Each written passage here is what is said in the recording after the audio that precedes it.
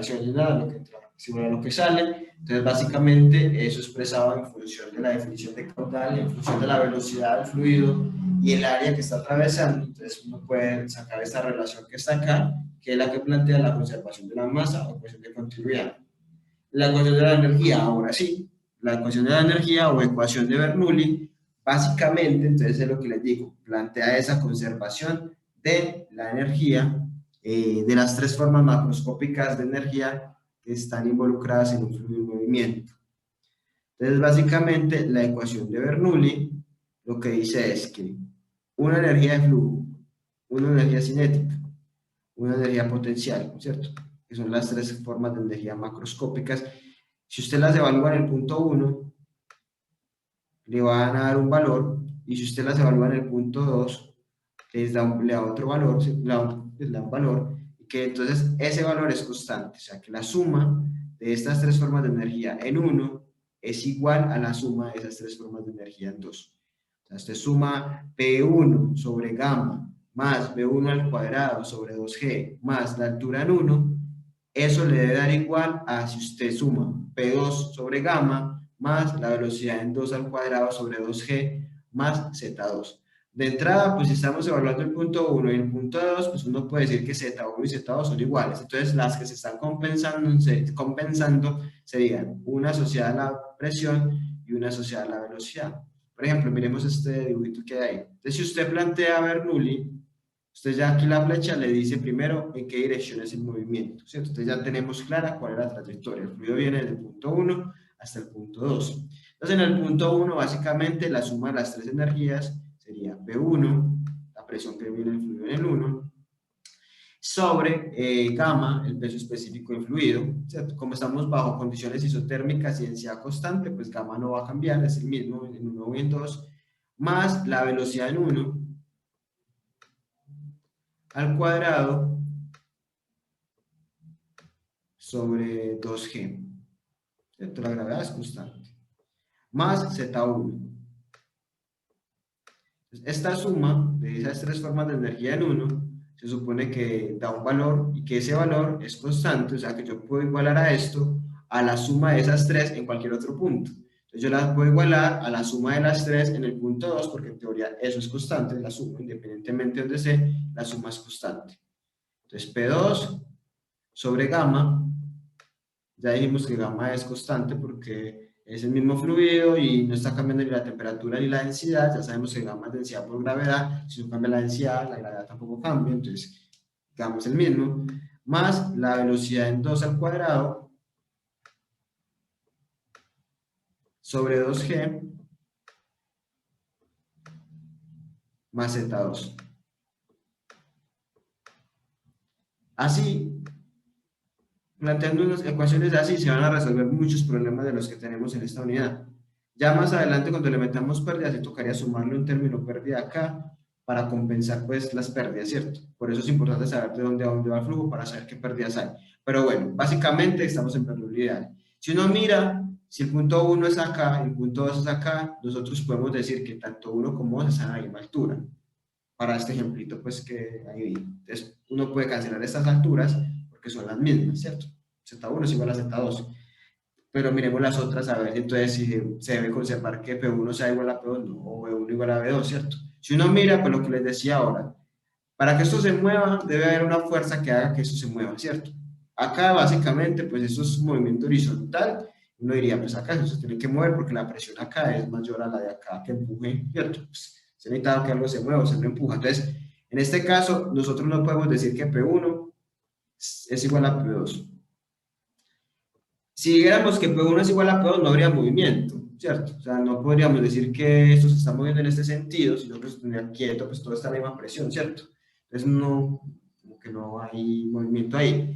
No siempre los fluidos se van a mover debido a una diferencia de presiones. Usted tiene, por ejemplo, una tubería así, vertical, arriba está abierta la atmósfera, abajo está abierta la atmósfera, en el punto 1 y en el punto 2 la presión es la misma, porque está abierta la atmósfera, digamos una tubería así, que caiga agua, no sé, la presión es la misma, pero ya no cae debido a la acción de la presión, sino que ya cae debido a la gravedad. O sea, no siempre tiene que haber una diferencia de presiones para que se mueva.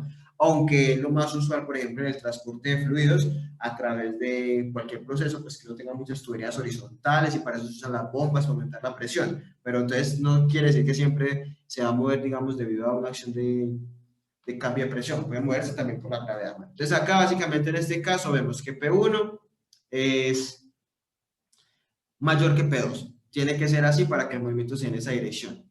Entonces se supone que esta igualdad se debe cumplir. Entonces si esa igualdad se debe cumplir, pues yo ya sé que 2G y 2G son lo mismo. Entonces tenemos que mirar cómo deben ser estas velocidades.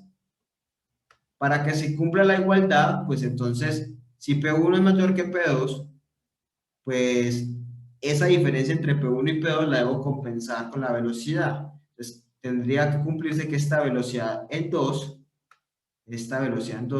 sea mayor a la velocidad en 1, y ahí se compensan, ¿cierto?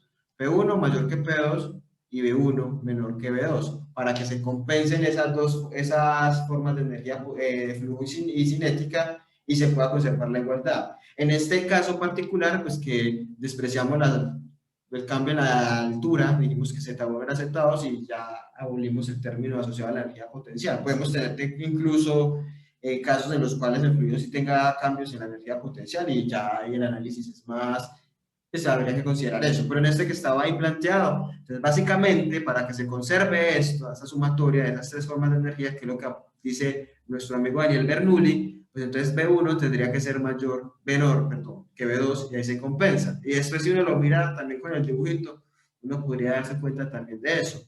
Acá el diámetro es más pequeño, acá el área es más pequeña, ¿cierto? A2 es más pequeña que A1.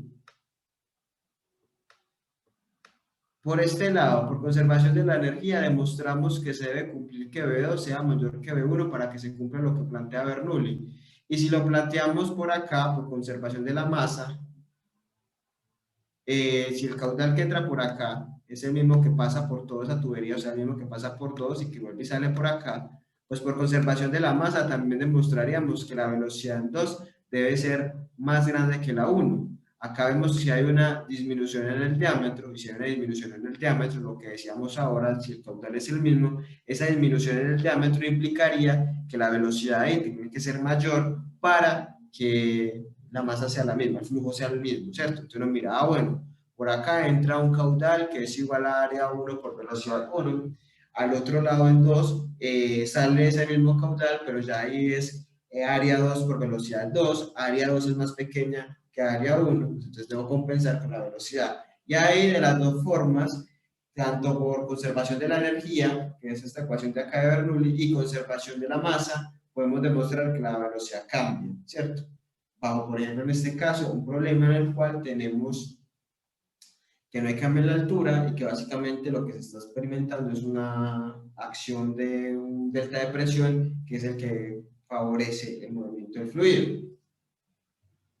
Con Bernoulli y con conservación uno puede analizar muchos problemas. Por ejemplo, acá nuevamente está lo que hemos hablado, que es lo que involucra a Bernoulli: energía cinética asociada a la velocidad del fluido, potencial o gravitacional asociada a la altura, ¿cierto?, a la posición, y la energía de flujo que está asociada a la presión, ¿cierto?, que son las tres que hemos evaluado. Básicamente esto es lo que yo les acabo de, lo que estamos hablando ahora, pues que el cambio de las áreas y cómo uno puede relacionar estas tres variables. Área, básicamente uno a veces habla incluso de diámetro, ni siquiera de área, sino de diámetro, porque muchas tuberías son circulares, o son transversales circulares, entonces ya el área va a depender de qué es del diámetro. Es pi r cuadrado, entonces pi es constante, entonces va a depender del diámetro por el radio. Entonces uno puede relacionar esos tres parámetros de diseño: el área que lleva la tubería, la velocidad que tiene fluido por la tubería y la presión. De ahí puede relacionar esos tres, pero básicamente estos tres lo que implican son tres formas de energía. Vamos a ver, si antes de este ejercicio, entonces para que terminemos acá, ¿bajo qué condiciones entonces está planteada esa ecuación de la conservación de la energía o ecuación de Bernoulli? Para poder aplicar esta ecuación de la conservación, como estamos bajo condiciones ideales, o la ecuación que se utiliza cuando omitimos pérdidas, se debe cumplir esos cuatro factores que están ahí, -5 si le metemos que sea de flujo isotérmico.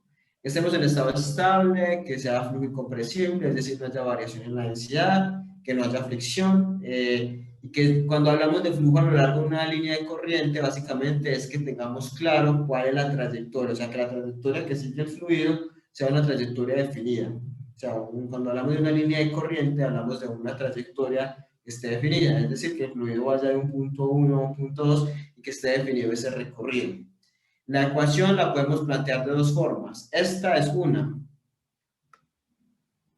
y otra es como está acá. En vez de tener P solita, la planteamos así. P sobre gamma, P sobre gamma más velocidad al cuadrado sobre 2G más Z. Básicamente uno demuestra eso en función de la definición de gamma. ¿Cierto? O sea, la podemos plantear así. P1 más 1/2 la densidad por la velocidad 1 al cuadrado más rho g h1, serían las tres formas de energía en un punto 1, igualadas a las tres formas de energía en un punto 2. También lo podemos expresar, como eso es una igualdad, dividiendo ambos lados entre gamma, que es la que estaba al otro lado, entonces quedaría P1 sobre gamma, más 1/2 de, bueno, no sé, porque ya está aquí anotadita, listo. Mejor mucho escribiendo, más 1/2 de rho v1 al cuadrado, pero estamos dividiendo entre gamma, gamma